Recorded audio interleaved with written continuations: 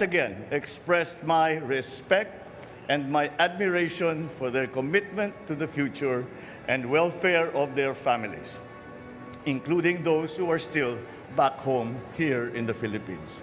I also took the opportunity to share with them some of our priorities and plans under this administration and their important role in the work ahead. I also emphasized that by working together, we can build a better future for our country and our people. The main event of this visit to the United States, to New York specifically, was to deliver our national statement at the 77th session of the General Assembly on 20 September in the United Nations.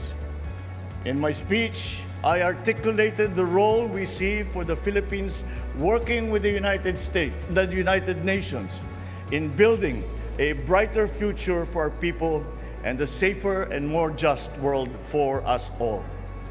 I addressed global issues that require a united global action, such as climate change, rising food prices, rapid technological change, the peaceful resolution of international disputes, the need to protect the vulnerable sectors of our society, such as migrants, and ending all forms of prejudice.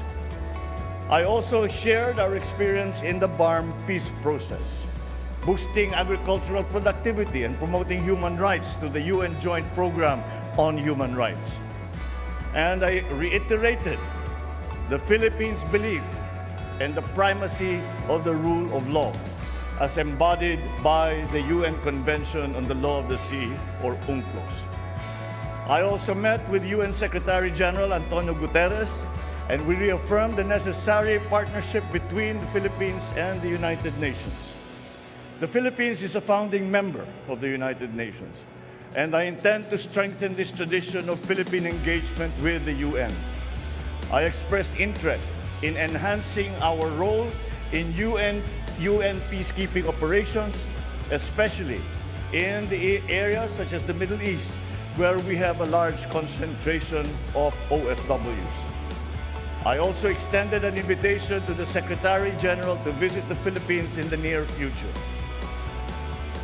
During the conference in the United Nations, I also held formal and informal bilateral meetings with leaders of our key partners, such as the US, such as Japan, and I shared with them the priorities of the Philippines to work with them in addressing food and energy security and climate change, amongst other many issues.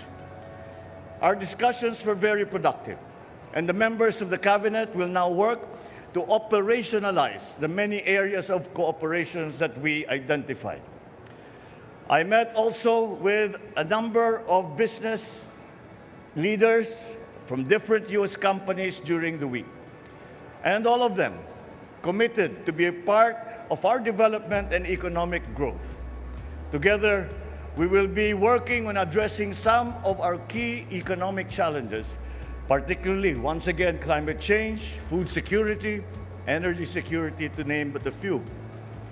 There will be, I believe, good news to share in the next few months, particularly in terms of their plans to expand and further broaden their investment footprint in our country.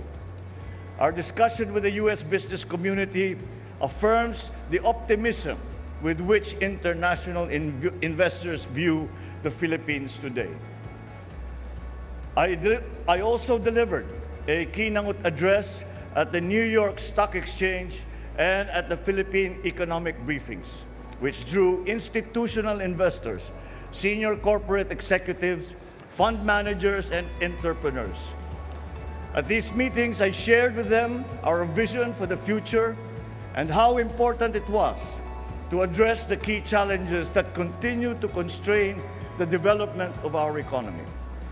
I also informed them about how we intend to deal with some of the fundamental problems in our food, energy, and broader economic security. I also emphasized the importance of peace and stability in the region and the important role of great powers like the United States, so that developing countries like the Philippines can have the space to achieve growth potentials. It was thus an honor to ring the closing bell on the trading floor of the New York Stock Exchange at exactly 4 p.m. in the afternoon of September 19th. Our delegation also hosted 4 CEO roundtable discussions that dealt with key economic sectors such as IT BPM, digital infrastructure, global brands, particularly in garments and apparel, and of course, industry and infrastructure. I was joined by the economic managers and other cabinet members in brainstorming with these U.S. companies, some already present and others intending to be in the Philippines. We identified the opportunities and challenges to our achieving our common objectives of growth and development in various areas. I thank them for their candid and constructive comments, and I look forward to working with them on the issues and agreements that we identified. My final stop before returning home last night was with the Asia Society, where I had a roundtable discussion with a select group of leaders of the U.S. business community on the state of the global and regional economy today. After the discussion, I delivered a public lecture where I shared my views on the opportunities, the threats, and challenges facing Asia, the United States, Asia-Pacific region, and all our neighboring countries today. I also spoke about my administration's priorities and plans for the next 6 years. And the engagement with the Asia Society was a fitting end to a week in the UN and the United States that had one singular message. The time to invest in the Philippines is no longer just sometime in the future, it is now. We in the Philippine delegation are one in our assessment that the work done in this trip serves as a good start for opportunities identified to be made into programs and projects to benefit the Philippines and our countrymen. And so the work continues, but I am happy to report that we have had a very good and strong start to our efforts. Thank you and good morning.